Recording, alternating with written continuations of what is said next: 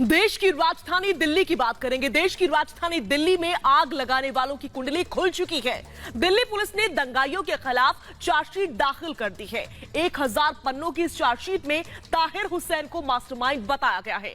Chargesheet में 30 लोगों के नाम भी शामिल हैं।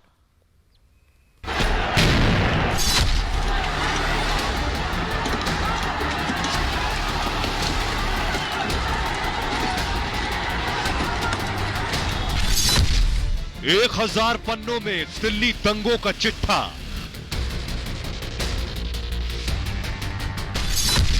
दंगों के मास्टरमाइंड की कुंडली।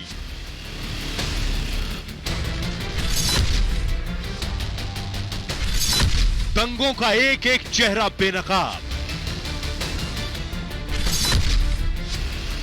1000 पन्नों में दिल्ली दंगों के जख्म कैद हो गए। किसने दिल्ली को दहलाया, किसने दिल्ली में आग लगाई, किसने देश की राजधानी में दंगे कराए। दंगों के दौरान कई चेहरे बेनकाब हुए। उनमें से एक था आम आदमी पार्टी का निष्कासित नेता ताहिर हुसैन, जिसे पूरे देश ने घर की छत से तेजाब बम फेंकते देखा। दिल्ली दंगों में 50 से ज्यादा लोगों की मौत हुई, हजारों लोग बेघर हो गए। दिल्ली दंगों के जख्म आज भी ताजा हैं, जब लोगों के घर, मकान, दुकान और गाड़ियां फूंक दी गई। आम आदमी पार्टी के पूर्व पार्षद ताहिर हुसैन के खिलाफ दिल्ली पुलिस ने चांदबाग हिंसा मामले में चार्जशीट दाखिल कर दी है। चार्जशीट में दिल्ली पुलिस ने 1030 पन्नों की चार्जशीट दाखिल की है।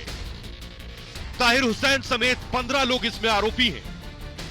ताहिर के भाई को भी दिल्ली पुलिस ने आरोपी बनाया है। दंगा कराने के लिए आरोपी ताहिर हुसैन ने 1 करोड़ 30 लाख रुपए भी खर्च किए। नॉर्थ ईस्ट दिल्ली में हुए दंगे का कनेक्शन टुकड़े टुकड़े गैंग के उमर खालिद के साथ है। चांदबाग दंगे का मास्टरमाइंड ताहिर हुसैन शाहीन बाग में उमर खालिद से मिलता है और उमर खालिद उसे कहता है कि डोनाल्ड ट्रंप के भारत यात्रा के समय कुछ बड़ा करो, बड़ी साजिश रचो, यानी कि दंगे करो, और जो फाइनेंशियल हेल्प चाहिए वो पीएफआई करेगा। इसी दौरान 1 करोड़ 10 लाख रुपए की रकम जो है वो मिलती है ताहिर हुसैन को, और ताहिर हुसैन इसका इस्तेमाल करता है लोगों की भीड़ को जुटाने के लिए, उन्हें भड़काने के लिए और दंगा कराने के लिए।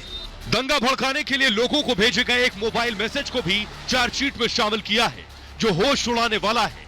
जिसके बाद दिल्ली की सड़कों पर तेजाब बम, पत्थर और गोलियां चली।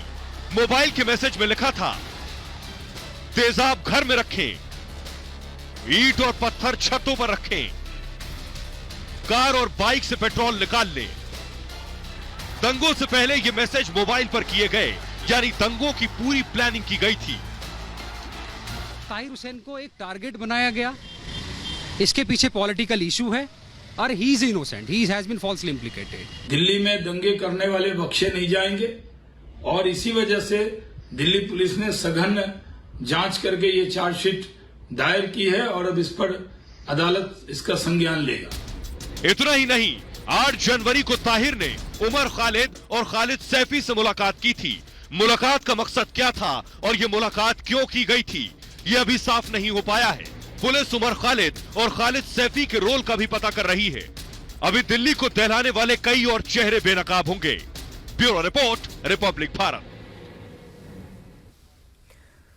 तो पीएफआई यानी पॉपुलर फ्रंट ऑफ इंडिया, जिस पर देश को तोड़ने का आरोप है, कैसे नापाक मंसूबे पीएफआई ने रखे थे, ये तमाम चीजें जांच के बाद खुल करके सामने आई।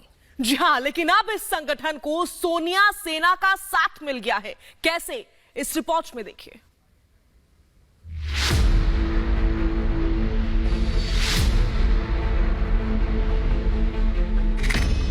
आग लगाने वालों के साथ सोनिया सेना। पीएफआई के साथ कांग्रेस का हाथ। देश जलाने वालों से प्यार क्यों? पीएफआई यानी पॉपुलर फ्रंट ऑफ इंडिया, ये वो संगठन जिसके खिलाफ देश में आग लगाने के आरोप, पीएफआई के खिलाफ नागरिकता कानून के नाम पर अलग अलग शहरों को जलाने के इल्जाम है। पीएफआई को लगातार बैन करने की आवाज उठ रही है। ऐसे संगठन के साथ महाराष्ट्र की बीएमसी खड़ी हो गई है। मुंबई में कोरोना से मरने वाले लोगों को दफनाने का काम किसी और को नहीं बल्कि बीएमसी ने पीएफआई को सौंप दिया है। इस प्रकार से देश विरोधी कृत्य करने का आरोप जिनके ऊपर है, ऐसे लोगों को इस प्रकार का काम सौंपना ये कितना सही होगा, इसका जवाब मुख्यमंत्री उद्धव ठाकरे जी ने हमको देना चाहिए। पीएफआई पर देश विरोधी गतिविधियों में शामिल होने के दर्जनों आरोप हैं। इस्लामिक कट्टरता को बढ़ावा देने का आरोप लगा। धर्मांतरण से जुड़े मामलों में भी पीएफआई का नाम आता रहा है। 6 आतंकी घटनाओं में शामिल रहने का भी आरोप पीएफआई पर लग चुका है। सीएए के विरोध में देश में हिंसा फैलाने का भी इल्जाम लगा। लेकिन होश तब फाख्ता हो जाएंगे जब पीएफआई जैसे देश तोड़ने वाले संगठनों को यह जिम्मेदारी देने वाली बीएमसी पीएफआई की आतंकी गतिविधियों से खुद को अनजान बताती है। हमारे सहयोगी ने बीएमसी अधिकारी से बात की। I'm not aware of the charges. We have given as per the our protocol and only from humanity point of view. So they are helping for whatever. So PFI is only देश के अलग अलग शहरों में जिस PFI को ban करने के मामले चल रहे हैं, जिस पीएफआई ने शहर में दंगे भड़काए, उस पीएफआई को बीएमसी काम देने के बाद पगले झांक रही है। लेकिन जवाब तो देना होगा कि देशद्रोही संगठन के साथ क्यों खड़ी है सोनिया सेना। Bureau report, Republic Bharat.